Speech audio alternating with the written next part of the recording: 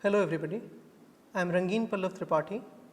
I am an assistant professor of law at National Law University, Odisha, and today in the paper of advanced jurisprudence, I will be speaking to you in relation to the module of Hohfeld's analysis of power-liability relations. Since 1913, when the first article of Hohfeld was published regarding his analysis of jural relations, there has been much literature, much debate, much praise and much criticism regarding his scheme of analysis. His analysis has presented both the students of the law and the practitioners of the law with an understanding through which they can appreciate the way in which law operates better, and they can also apply the law in a much better manner. The totality of Hohfeld's scheme is large. So today we will be focusing primarily on the power-liability relations proposed by Hohfeld. The objectives of this particular module are the following: to understand the purposive character of law, to understand the mechanism of legal relations through which law operates, through which law seeks to achieve its purpose, to appreciate the context and the meaning of power-liability legal relation proposed by Hohfeld, to understand the difference between power-liability relation on one hand and right-duty relation on the other hand, to understand the concurrent legal relation of power with duty and power with privilege, to appreciate the idea of disability and immunity in terms of the constituent of power, and to evaluate some of the criticisms which have been directed at Hohfeld. Law does not arise out of a vacuum. Law does not appear out of thin air. Law is an instrumentality created by deliberate human action. It does not happen accidentally. It does not happen on its own. Man consciously, deliberately organizes itself into a particular governance structure and creates law, modifies law, repeals law.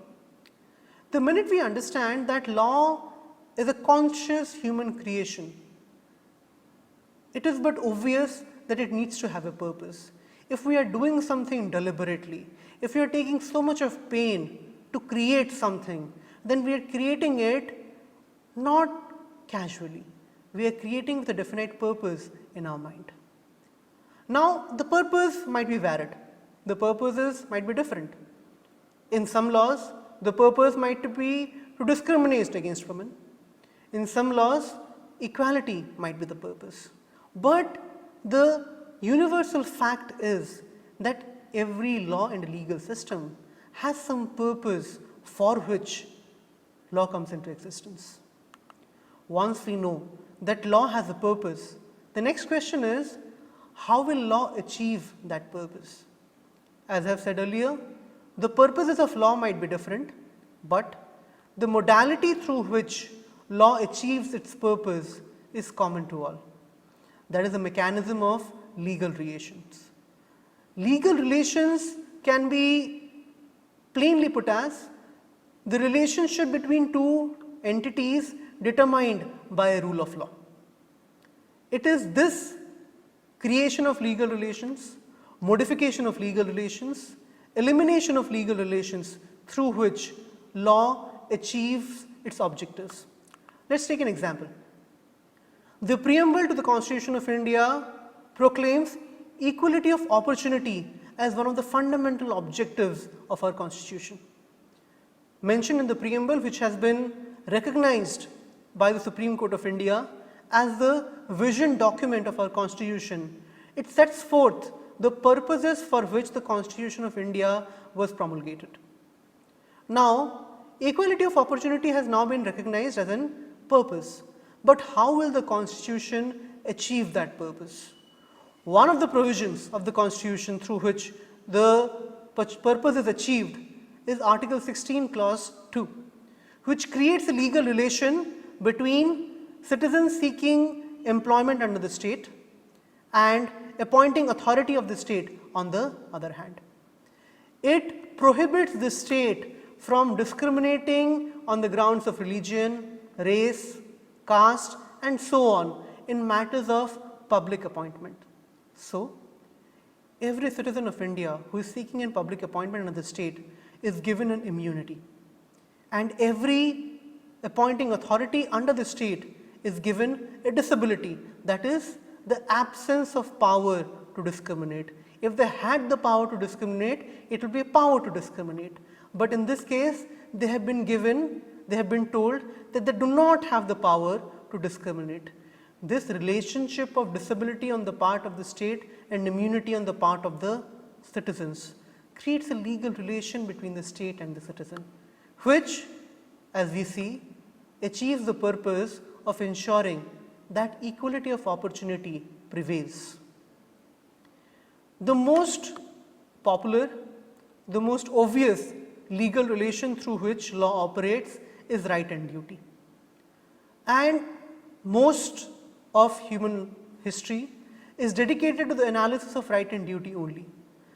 But one of the primary tasks which Hohfeld accomplished was to distinguish right-duty relations from other relations. He contended that all legal relations cannot be characterized as right and duty. There are different types of legal relations through which law seeks to achieve its purpose.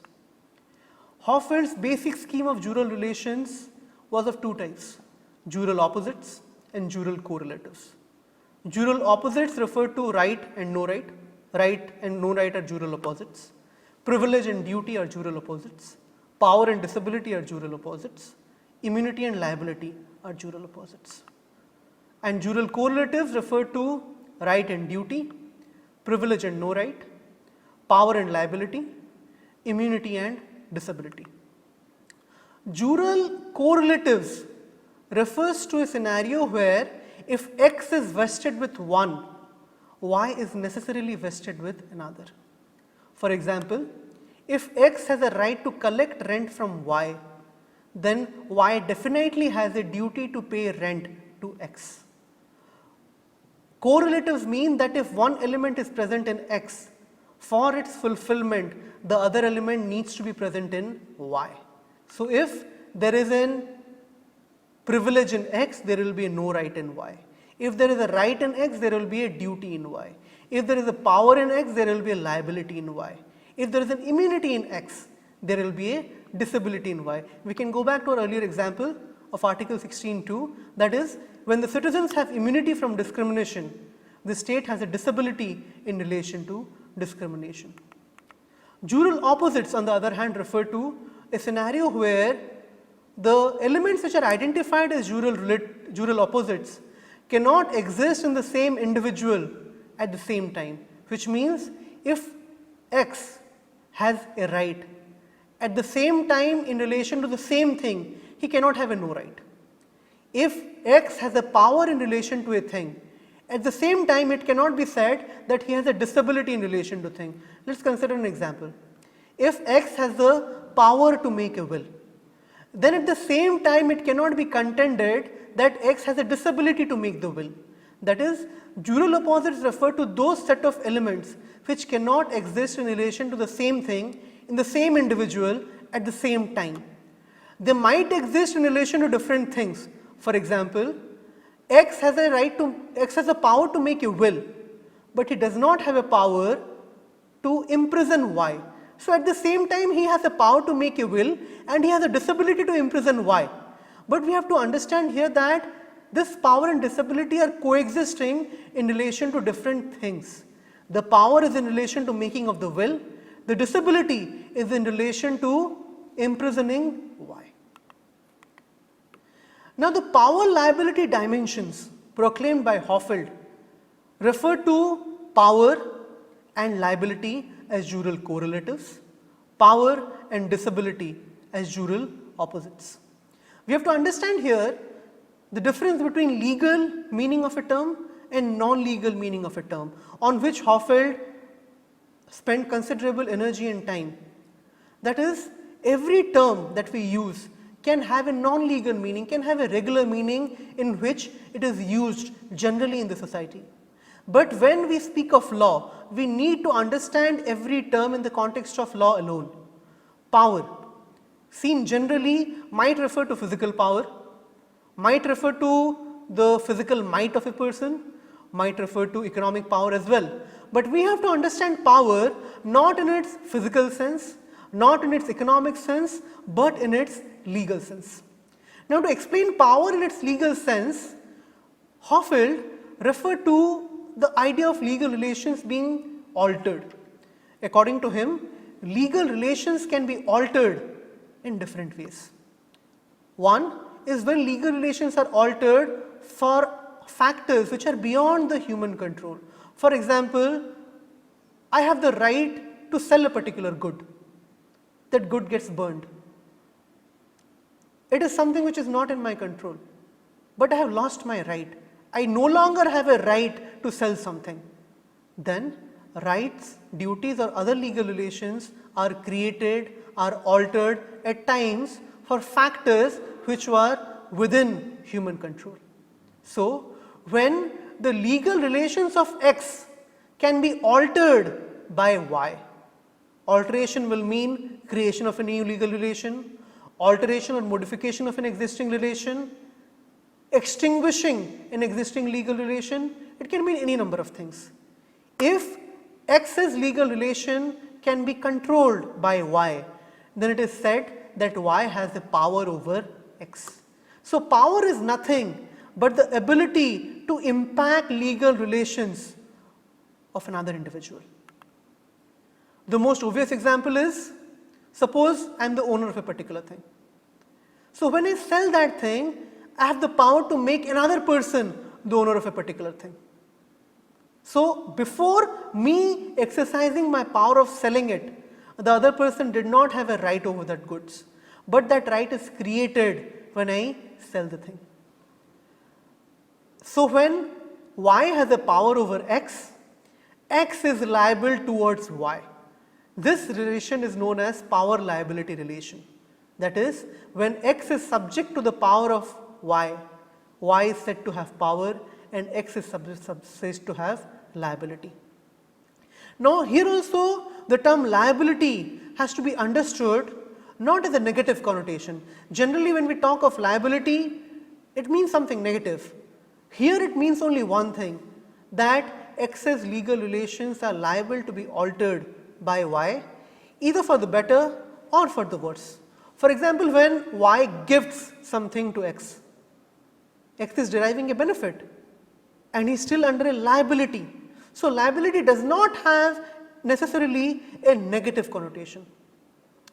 Once we understand power-liability relation, we need to understand that it is significantly different from a right-duty relation.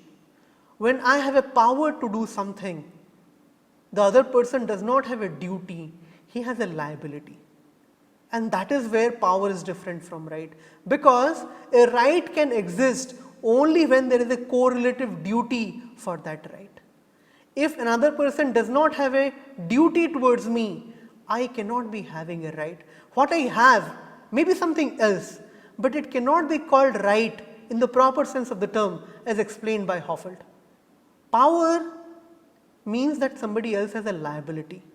Liability means it is possible that a duty might be created when I change his legal relations. A duty might be extinguished when I change his legal relations, but he does not have a duty per se. To illustrate this point, Hohfeld referred to a case of Booth versus Commonwealth. In this case, a particular Virginia statute contained the following, and I am quoting verbatim, that all free white male persons who are 21 years of age and not over 60 shall be liable to serve as jurors except as hereinafter provided. Here is a case where all white males over 21 years of age do not have a duty to be jurors.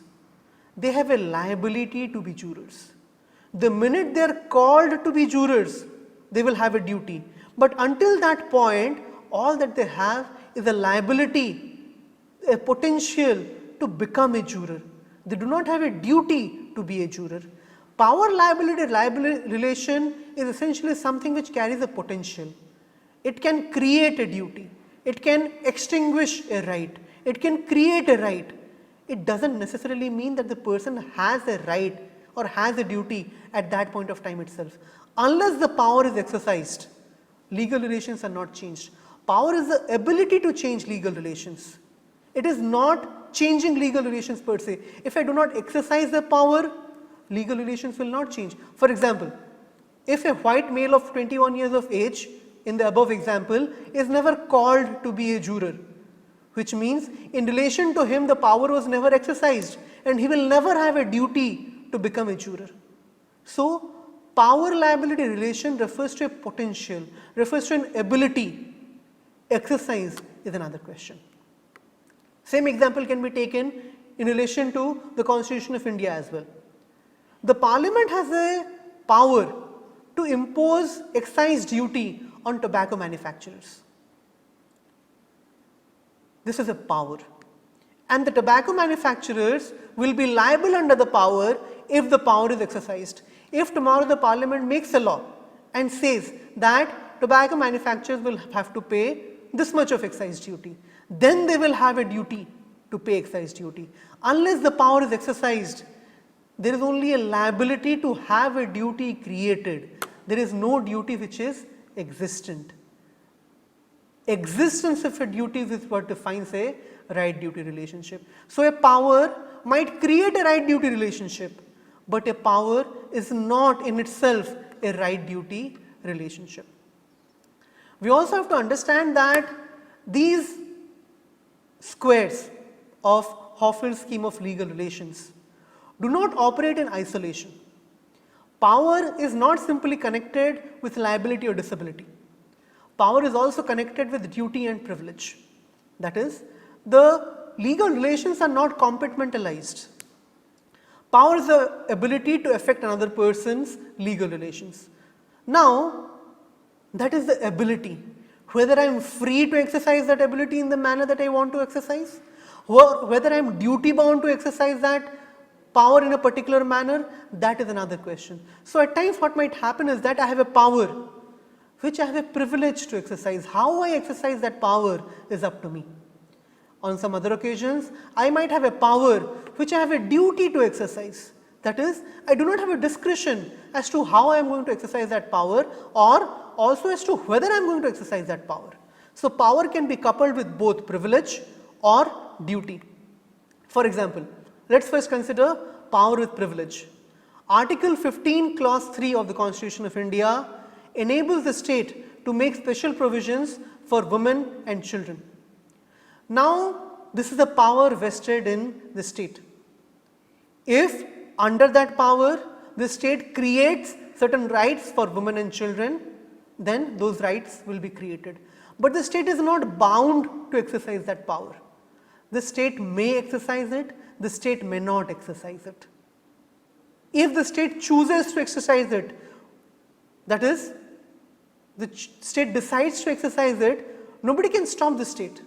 But at the same time, nobody can compel the state to exercise it as well. It is a choice on the part of the state. Same way, Article 21A enables the state to provide free and compulsory education to children between the ages of 6 and 14. In this situation, the state has a power to vest rights in children by launching a program by which free and compulsory education can be provided. Now, what has to be seen is that unlike Article 15 clause 3, the state does not have a discretion as to whether it can provide free and compulsory education or not. The state has a discretion under that article to decide the modality with which it will provide the education, but it is duty bound to provide free and compulsory education to all children between the ages of 6 and 14. So, this is an example where the state has been given a power to alter legal relations, and in relation to that power, the state has a duty to exercise that power. Now, when we speak of power-liability relationship, it will be incomplete to speak of it unless we briefly understand what is immunity-disability relationship. Power-liability relationship is contrasted by immunity-disability relationship. The opposite of power is disability and the opposite of liability is immunity. The way power refers to the existence of an ability to alter legal relations, disability refers to the absence of an ability to alter legal relations, and the correlative of disability is immunity. That is, when Y had a power to alter the legal relation of X, Y had a power, X had a liability. When Y does not have the power to alter the legal relation of X, X has a disability, Y has an immunity. Best example, Article 16(2), which we already discussed. That is, state is given a disability, state is told that it does not have a power to do something. As a correlative of the disability, every individual, every citizen under the state has been vested with an immunity against any such power. Again, disability immunity relationship also has to be distinguished from right duty relationship. If the state had a duty not to discriminate, then any attempt by the state would be prohibited. But disability primarily means that the state might try to discriminate, but all its actions which are founded on a discrimination will not have any legal validity. Immunity does not create a duty on the part of the state. Immunity in citizens creates a disability in the part of the state, meaning they do not have the power, they do not have a duty. That is, the proposition is not that they will never try to discriminate, they might try. It is not prohibited from them to discriminate, but if they try, such attempts will not bear any fruit. It will lack any legal validity or legitimacy. If the immunity vested in the citizens were a right in the strict sense of the term, then there would be correlative duty imposed on the state, which is not the case. Now, like all political philosophers, like all jurists, Hohfeld's scheme of jural relations, Hohfeld's analysis of jural relations is not free from criticism. It is not that his propositions have been accepted without dispute, without question. There has been much criticism and equally vigorous clarifications and support in favor of Hohfeld. Now, because this module is in relation to power liability relationships, we will not be focusing on criticism which is directed at other parts of Hohfeld's theory.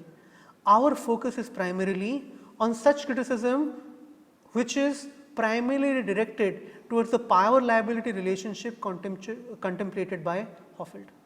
And in this relation, we will be referring mainly to the criticisms made by Halpin. In order to understand the criticism made by Halpin against the power liability relations contemplated by Hohfeld, we first need to understand some preliminary points which Halpin is trying to make. According to him, the idea of opposites, jural opposites as mentioned by Hohfeld, is not a single idea. He gives the example of a person sitting across the table. When I am on the one side of table, the person who is sitting across the table may be directly opposite to me, may also be diagonally opposite to me. So, according to him, the way the idea of opposite is different here. The idea of jural opposites can also not be a single idea. There may be different kinds of opposites. The best example that he gives is the singular idea being fresh vegetables. Now, this idea of fresh can have different kinds of opposites. To suggest a contradictory idea to fresh vegetables, we may call it stale vegetables, we may call it non-fresh vegetables, we may also call it frozen vegetables. So, according to him, opposite is of three kinds: opposite of negation, opposite of extreme, and opposite of alternative. So, when we look at the term fresh, not fresh is an opposite of negation, stale is an opposite of extreme, and frozen is an opposite of frozen, opposite of alternative. Now, according to Halpin, the term privilege by Hohfeld is not consistent. At times it has been used as an opposite of negation, at times it has been used as an opposite of extreme, and he does not use the idea of jural opposite consistently across his theory. And according to Halpin, the idea of privilege can be broken down to rights and duties. and because it can be broken down to rights and duties, it is not an independent conception, because one of the fundamental things about Hohfeld's scheme of jural relations is that privilege is different from right, power is different from immunity, and that is why these sets of legal relations have been created. If it can be shown that they are not different but they are the same, then the whole structure proposed by Hohfeld falls apart. Once we have understood this, we can come to the direct criticism made by Hohfeld against the power liability relation proposed by of Halpin proposed by Hohfeld. The primary problem that Halpin has against the proposition of power is that it can be expressed in terms of a privilege, and because it can be expressed in terms of a privilege, it is not a separate element, it cannot be a separate legal relation. He gives the example of B having made an offer to A in contract. Now, if B has already made an offer to A, then it is said that A has the power to impose a contractual obligation on himself, on B. He has the power to create contractual rights for himself, for B. Now, this is a power, and this power is triggered when A accepts the offer of B by posting the letter of acceptance. According to Halpin, this power to accept and create contractual obligation can be broken down to two constituents. Constituent 1 is that a permission by law to do an act, that is, A has been given the permission by law to accept the offer of B.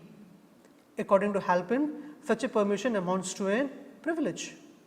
And second, the potential legal relation dependent on the doing of the permitted act. That is, he is saying that the power to post a letter of acceptance is can be broken down to two elements. First, the permission by law to post a letter of acceptance. Second, the consequences of posting the letter of acceptance. Now, his conception is that this first permission by the law by which A is permitted to post a letter of acceptance is but a privilege, and if it is a privilege, power cannot be an independent element. This criticism is unfair because the criticism is based on a misplaced understanding of what Hohfeld is meaning by power.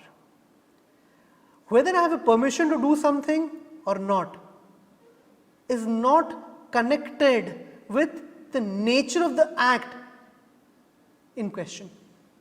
Meaning, whether something is a power or not is dependent on whether it has the potential to alter legal relations or not.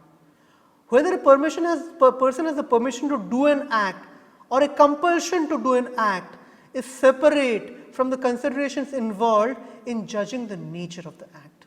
As we have seen earlier, in relation to a power, I might have a freedom to do the act, that is a privilege to do the act, and I might have a duty to do the act. Whether I have a power or not is dependent entirely on the nature of the act. Is it an act which is capable of altering legal relations, or is it an act not capable of altering legal relations? When Hohfeld defines power, he is not taking this first constituent into the definition of power at all. A might have a permission to do something, A might have a duty to do something. Whether he has power or not depends on the doing of that thing, whether it involves altering of legal relations or does not involve altering of legal relations. The best way to look at it is to understand that I might have a privilege which does not alter legal relations at all. I am singing in the bathroom, I am singing in my bedroom, I am exercising a privilege which does not affect anybody's legal relation. So, these two constituents which Halpin is identifying, we have to understand the first of those constituents was never put forth by Hohfeld as ingredient of power. Whether a particular situation, person has power or not, depends entirely on the nature of the act, does not depend on whether that person has the permission to do the act or does not have the permission to do the act. When we define power, we will not consider whether he has the permission to do it or duty to do it.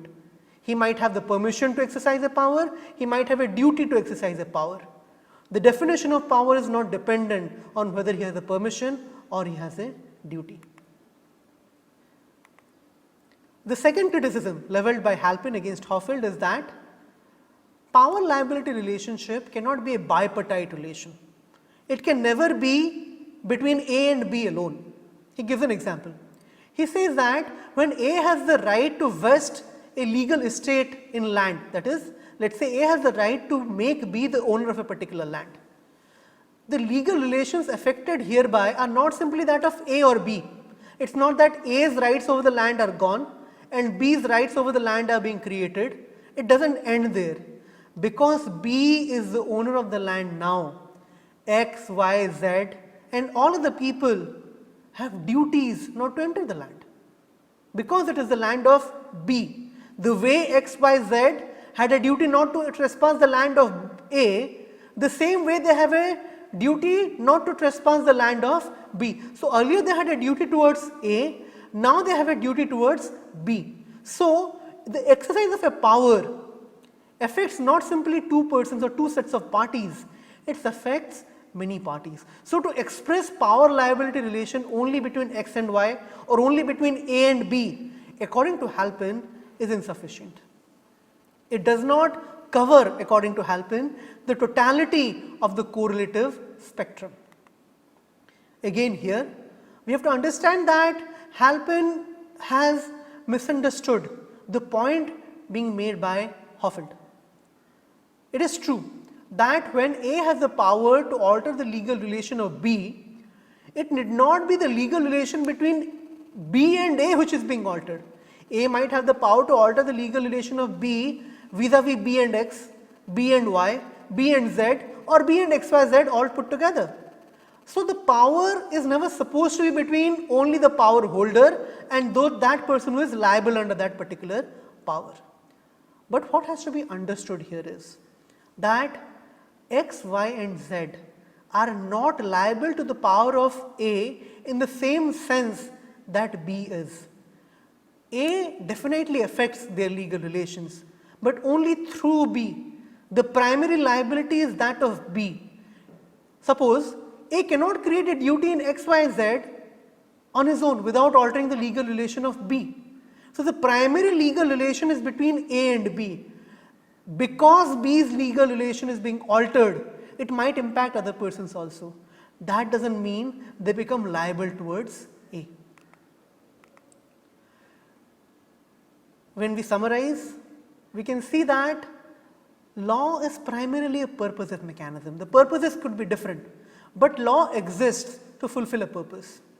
And it fulfills this purpose primarily through the mechanism of legal relations. It creates legal relations between different persons to ensure that its objectives are fulfilled.